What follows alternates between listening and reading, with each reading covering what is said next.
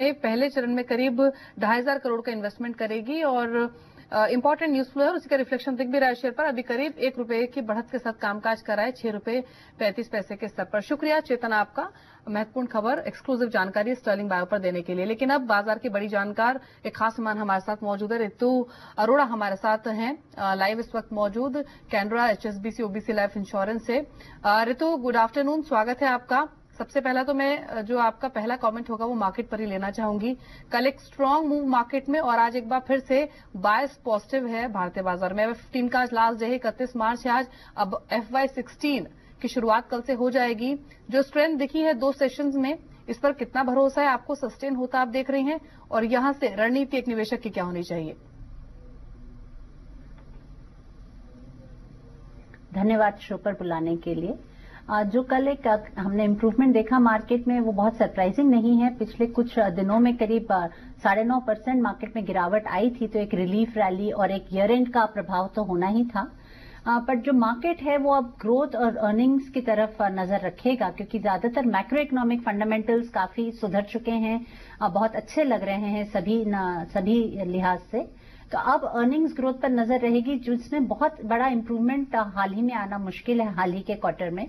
इसलिए मुझे लगता है मार्केट एक रेंज में ही रहेगा, डाउनसाइड सपोर्ट लेता रहेगा 8,300 के करीब, और मुझे नहीं लगता कि न्यू हाईज बना पाएगा। लास्ट हाई 9,100 के करीब था और इसी रेंज में रहेगा अगले कुछ महीने। जी, लेकिन अगर मैं अगले कुछ शॉर्ट टर्म की बात ना करके ऋतु, अगर मैं FY16 की बात करूं, अगले 1 साल की बात करूं, तो कितनी प्रोबेबिलिटी है कि मार्केट्स अपने नए हाईज को टेस्ट करें? नियर टर्म की मैं बात नहीं कर रही हूं, मैं लॉन्ग टर्म की बात कर रही हूं 1 साल की। और अगर प्रोबेबिलिटी है तो कौन से फैक्टर्स होंगे जो ड्राइव करेंगे मार्केट्स को? अगले 3 साल 5 साल मार्केट के लिए बहुत अच्छे हैं। FY16 भी अच्छा होना चाहिए। अर्निंग्स की रिटर्न हमने देखनी चाहिए, जिससे कि मार्केट को भरोसा बनेगा और फिर से नए हाइस की तरफ मार्केट चलना चाहिए। अभी FY16 अगर हम देखें तो 17 टाइम्स है मार्केट, जो बहुत ज्यादा महंगा नहीं है तो सस्ता भी नहीं। इस तरह का टाइम करेक्शन जो हो रहा है अगले अगर 1-2 क्वार्टर में भी मार्केट में बहुत बड़ा उछाल नहीं आता, तो मार्केट फिर बहुत अट्रैक्टिव लगने लगेगा और वहां से एक अपसाइड बनेगा। 3 से 5 साल में मुझे लगता है डबल डिजिट CAGR मार्केट में बनते रहने चाहिए। इस बीच में स्टॉक स्पेसिफिक रैलीज रहेंगी, बट अगर लंबे समय के लिए निवेश करना है तो इंटरेस्ट रेट सेंसिटिव्स में निवेश होना चाहिए। उन सेक्टर्स में होना चाहिए जैसे कि फार्मा, IT, जहां पे अर्निंग्स विजिबिलिटी काफी अच्छी है, यहां से एक स्टेडी रिटर्न्स आते रहेंगे मार्केट को। कैप गुड्स, इंफ्रा भी एक इम्पॉर्टेंट पार्ट है, क्योंकि अगला ग्रोथ साइकिल यहीं से आएगा। तो एक बैलेंस पोर्टफोलियो जिसमें interest rate sensitives, infrastructure, cap goods और फार्मा, कंजम्पशन, IT रहे, ये मेरा राय रहेगी। जी, साथ ही ऋतु मॉर्गन स्टैनली की एक रिपोर्ट आई है, मैं शेयर करना चाहूंगी और आपसे कमेंट भी लेना चाहूंगी। मॉर्गन स्टैनली ने अपनी एक रिपोर्ट में कुछ इवेंट्स की बात की है जो अगले कुछ महीनों में मार्केट का मूड डिसाइड करेंगे। उसमें उन्होंने लेजिस्लेशन की बात कही है, जिसमें लैंड बिल या फिर GST बिल को लेकर क्या स्टेप्स लिए जाते हैं उसकी बात कही गई है। मैक्रो डाटा कैसा आता है, फिर वो गवर्नमेंट स्पेंडिंग की बात हो, इन्फ्लेशन IIP नंबर्स ही क्यों ना हो, रेट कट की बात क्यों ना हो कि कितनी प्रोबेबिलिटी यहां से रेट कट की। 7 अप्रैल को RBI पॉलिसी है, उसमें क्या आउटकम्स निकल कर आएंगे, एक्सपोर्ट ग्रोथ के नंबर्स कैसे रहते हैं, या फिर US फेड का मूव कैसे रहता है। इनमें से जिन ट्रिगर्स का मैंने अभी नाम लिया कितनी अहमियत रखते हैं मार्केट के लिहाज से, और आप प्रिसाइसली किस इवेंट पर आपकी नजर रहेगी?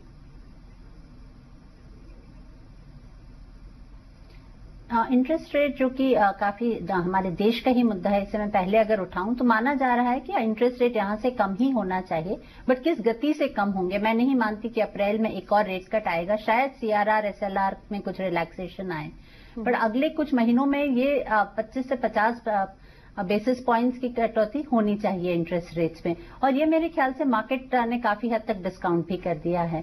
फेड का रवैया बहुत महत्व रखता है, क्योंकि FII फ्लोज अभी भी काफी स्ट्रांग बने हुए हैं। ऑलमोस्ट $6 बिलियन इस साल भी पिछले 3 महीनों में निवेश आया है FIIs का, और अगर ये थमता है या ट्रेंड रिवर्स होती है तो मार्केट के लिए बहुत नुकसानदेह होगा। जहां तक इन्फ्लेशन का सवाल है, इन्फ्लेशन में जो कंफर्ट आया है उसी के बेसिस पे हम इंटरेस्ट रेट कट की भूमिका बांध पा रहे हैं, तो उस पे नजर रहना जरूरी है। और IIP नंबर्स ही हैं जो ग्रोथ का अपटिक हमें दिखाएंगे, और मुझे लगता है RBI भी इन्हें ध्यान से देखेगी। अगर ग्रोथ रिटर्न नहीं होती है तो शायद इंटरेस्ट रेट ज्यादा जल्दी और ज्यादा तेजी से काटे जाएं। जी ऋतु, आपने एफआईज फ्लोज की बात की, बिल्कुल राइटली आपने पॉइंट आउट भी किया। एफआई 15 में रिकॉर्ड एफआईज बाइंग आई है, डेट में भी और इक्विटीज में भी। तो एफआई 16 के लिए एफआईज फ्लोज कैसे रह सकते हैं? क्योंकि कुछ ब्रोकरेज हाउसेज ने, सीएलएसए को मैं मेंशन भी करना चाहूंगी, उन्होंने शक जताया है कि जितना अग्रेसिवली एफआईज ने बाइंग एफआई 15 में किया, शायद उतना पार्टिसिपेशन एफआई 16 में ना आए। इस पर आपकी सोच क्या है? मुझे उम्मीद है कि रिवर्सल नहीं होगा, ये मुझे भरोसा है। डेफिनेटली शायद जिस रफ्तार से आया था वो रफ्तार थोड़ी सी धीमी हो जाएगी, पर अगर हमारे देश में 12-15 बिलियन डॉलर भी आते हैं इस साल तो मार्केट की तेजी के लिए काफी सफिशिएंट है, क्योंकि स्मॉल इन्वेस्टर मार्केट में लौट आया है, इंस्टीट्यूशनल इन्वेस्टर्स मार्केट में लौट आए हैं। पिछले 3 महीनों में करीब सवा बिलियन डॉलर तो देशी निवेशकों के भी आए हैं, तो वो हमारी मार्केट को मजबूती दे रहे हैं और एफआईआई से और ज्यादा फायदा होता है। तो मुझे बहुत चिंता नहीं है, जबकि फेड कुछ बहुत शार्प एक्शन न ले और फिर अगर एफआईआई रिवर्सल होता है तो वो मार्केट के लिए एक शार्प करेक्शन का कारण बन सकता है। बिल्कुल, एफआईआईज का रिवर्सल शार्प करेक्शन की वजह हो सकता है मार्केट्स में, तो एफआईआईज का फ्लोज आना जरूरी है अगर मजबूती बरकरार रहनी है तो। साथ ही ऋतु, एक और इम्पोर्टेंट टॉपिक है, कल 1 अप्रैल है, बहुत सारे चेंजेस होंगे और एक खास बात यह भी है कि 1 अप्रैल 2015 तक हर बोर्ड में एक महिला डायरेक्टर का होना जरूरी है। ऑलमोस्ट काफी समय दिया है सेबी ने इस डेडलाइन को पूरी करने के लिए, ऑलमोस्ट 1 साल, क्योंकि फरवरी 2014 में पहली बार नोटिफिकेशन आया था और ऑलमोस्ट 1 साल से ज्यादा समय हो चुका है, लेकिन अभी भी बहुत सारी ऐसी कंपनीज है जिन्होंने इस डेडलाइन को मीट नहीं किया है। Container Corp, Punjab national bank, Indian bank, मतलब अच्छी कंपनीज हैं जिन्होंने अभी तक इस नियम को इसके साथ इस डेडलाइन को पूरा नहीं किया है। हालांकि अब 1 दिन का समय बाकी है, लेकिन बहुत सारी ऐसी कंपनीज है। इस कॉर्पोरेट्स के इस एटीट्यूड को आप कैसे देखते हैं? क्या आप ये सोचती हैं कि टैलेंट की कमी है, या फिर ये कॉर्पोरेट्स की इच्छा है, उनका एक लचर व्यवहार है कि वो एक महिला को बोर्ड में जगह नहीं देना चाहते? ये एक अच्छी पहल है कंपनी लॉ की, मुझे लगता है, और ज्यादातर कॉर्पोरेट जिनसे मेरा इत्तेफाक हुआ है उन्हें इसे काफी वेलकम किया है। बट अचानक अभी प्रस्तुतः हमारे करीब 5% बोर्ड पर ही महिलाएं हैं, तो 5% से 100% की तरफ जाने में कुछ समय लग सकता है। विमेन को भी रेडी किया जा रहा है, कई संस्थाएं जैसे फिकी है, कई इंडिविजुअल्स हैं जिनने ये पहल की है और लेडीज को तैयार किया है बोर्ड पोजीशन के लिए। तो मुझे लगता है अगले कुछ हफ्तों और महीनों में हम काफी इम्प्रूवमेंट देखेंगे इसमें और नियर कंप्लायंस पर पहुंच जाएंगे, क्योंकि इसमें कोई ऑप्शन तो है नहीं कंपनीज के पास। तो मुझे लगता है कुछ समय के बाद फुल कंप्लायंस होना चाहिए। लेकिन ऋतु जी, आप मानती हैं कि टैलेंट की कमी नहीं है, वुमेन टैलेंट काफी है और बहुत आसानी से हर बोर्ड में एक महिला को जगह दी जा सकती है? बहुत आसान तो नहीं है, क्योंकि अगर आप सीनियर मैनेजमेंट विमेन परसेंटेज भी देखें हमारे देश में तो सिर्फ करीब 11% महिलाएं हैं। तो अगर उन 11% महिलाओं में से हमें सारे बोर्ड्स फिल करने हैं तो थोड़ी दिक्कत तो आएगी, बट ये एक पहल है, इससे आगे चलकर एक रास्ता खुल जाएगा और बहुत सारी महिलाओं को ये अपॉर्चुनिटी मिलेगी। बट प्रस्तुत थोड़ी दिक्कत तो है, टैलेंट की कमी नहीं है, पर बहुतायत में भी टैलेंट उपलब्ध नहीं है। जी, तो कल क्योंकि आखिरी तारीख है और सेबी ने कहा भी है कि जो कंपनियां डेडलाइन को मीट नहीं करेंगी उनके साथ सख्ती से पेश आया जाएगा। 2 चीजें यहां पर मैं आपसे पूछना चाहती हूँ, लाइटर नोट। पहला तो ये कि क्या इस डेडलाइन को मीट करने के लिए थोड़ा और समय दे देना चाहिए, प्रोबेबली 1 महीना 2 महीना, या फिर आप मानती हैं कि हाँ सेबी की ओर से सख्ती भी जरूरी है?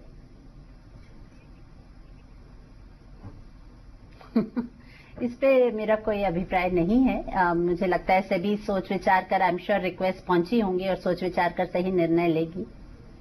जी, चलिए ऋतु, शुक्रिया आपका, इस शो में आप शामिल हुई और मार्केट्स पर और इस खबर पर भी आपने अपने कमेंट्स रखे। शुक्रिया आपका समय देने के लिए। तो आप ऋतु अरोड़ा से खास बातचीत आप ये देख रही थी, जिसमें उन्होंने काफी सारे बातें कही मार्केट्स को लेकर भी।